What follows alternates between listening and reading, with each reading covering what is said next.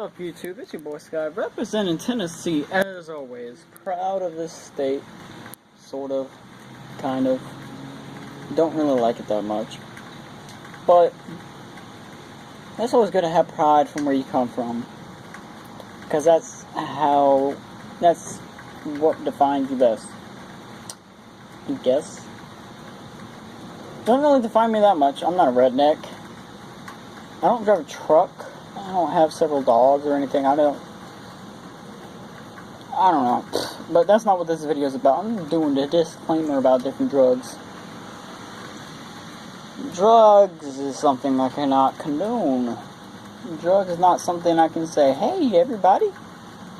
There are certain drugs that, they don't have long-term effects that won't kill you, like smoking cigarettes. I can't condone that. I do it, but I can't say, hey, you can go ahead and do that. It's going to be totally safe. I mean, I've been smoking cigarettes for about a month or so, and I'm still good.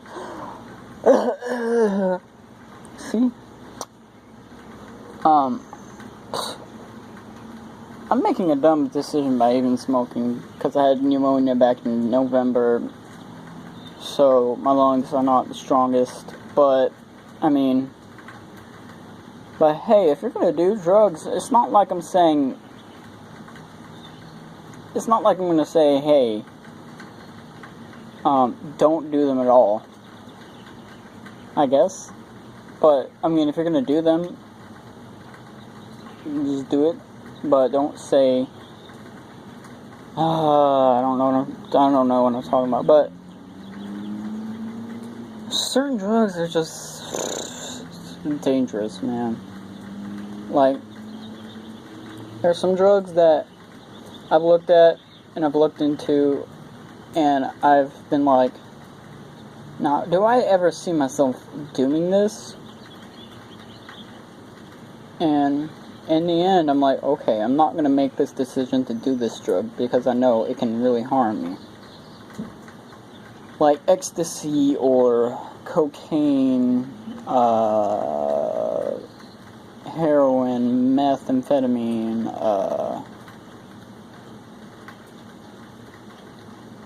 even ketamine, just different shits, tons of drugs, and even, over-the-counter prescription drugs. A lot of you know me from my diphenhydramine video I made back 2 or 3 years ago. But that's not the point. I'm just saying, the only drug I can really condone, a lot of you are going to be like, but it's not a drug, it's a plant. But, okay.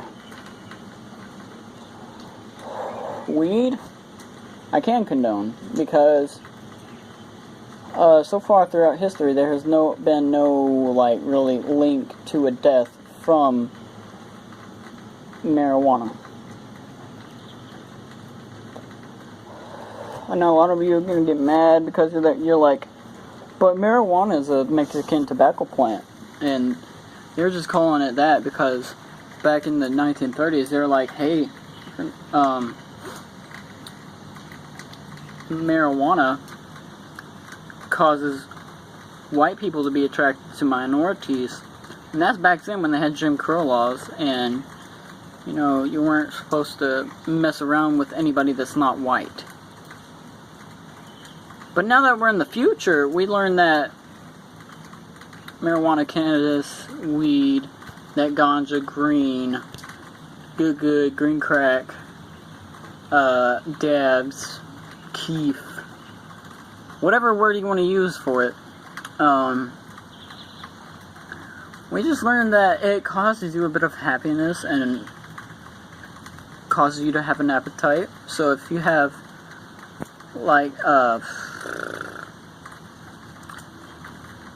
if only I could think of the name of the mental disorder where you don't want to eat, and you don't, any kind of eating disorder, basically, that I can't think of the word for right now, because I'm brain dead for some reason. You could use cannabis and can really help you out, man. People with anxiety, depression, it makes, like, if you're feeling suicidal, you smoke a bit of weed, and next thing you know, you're like, wow, I actually want to live. But then there are some people who have depression, they never really thought about using weed, and they're just like, I can't stand this depression anymore. That's like me some nights, some days. But, you know, it's never really gotten to the point where I felt like I really needed to end my life.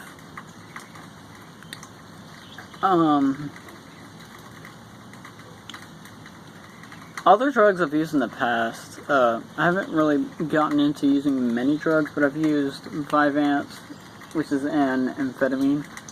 Basically, any ADHD prescription medicine is amphetamine, like methamphetamine. Makes you want to do something, makes you want to work. But the thing is, it causes lack of sleep, lack of an appetite. The come down is really shitty.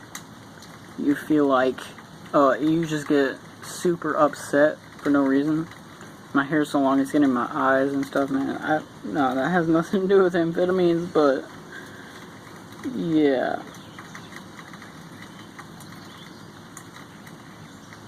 But there are some strains of cannabis that make you actually want to be more creative.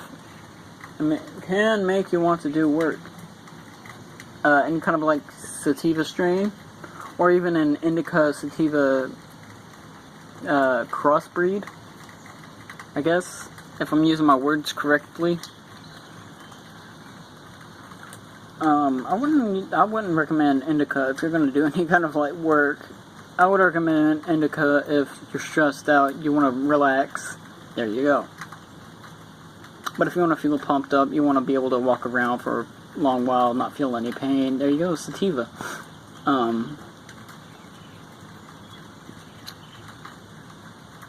There's certain stimulants also that have some positive effects, like they keep you up, they keep you wanting to do something, they keep you not tired.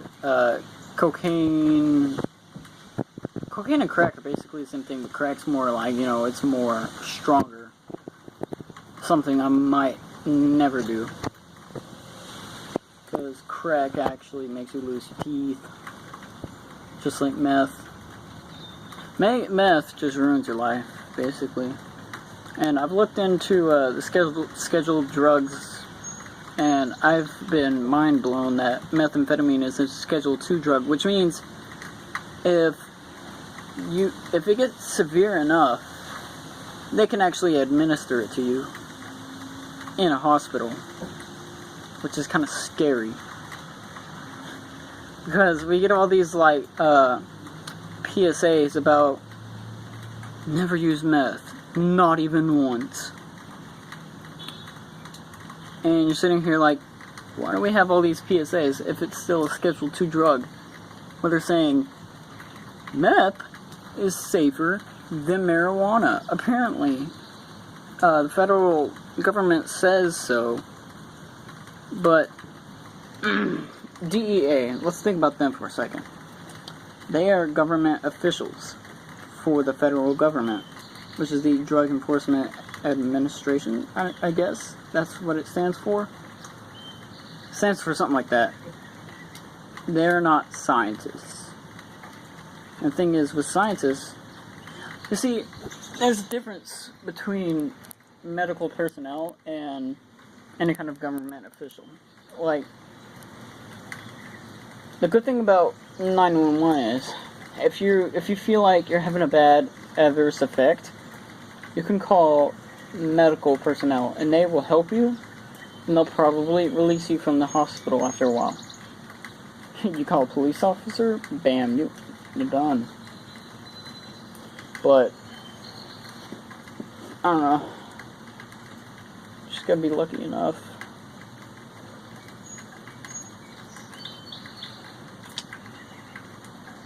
A lot of you are gonna be thinking now, Scott, what drugs do you want to do? that you haven't done. Well, let's look into that. Well,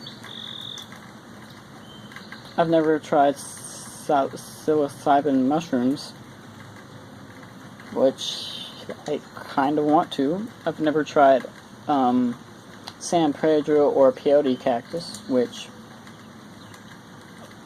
if I'm roaming the desert, I find a few Native Americans, I'll be like, hey, you're a shaman, right? Let's do some peyote, man. Let's see what the great god of rain can do for my soul with this drink right here. I feel like you wouldn't even want to do it in the desert anyways. At least not during the daytime, because 1, you're tripping out, and 2, what I've noticed from whenever I did LSD is that psychedelic can really, it works your mind so much that you end up getting dehydrated. And I remember I kept having to drink my friend's drink so much because I kept getting so thirsty for some reason.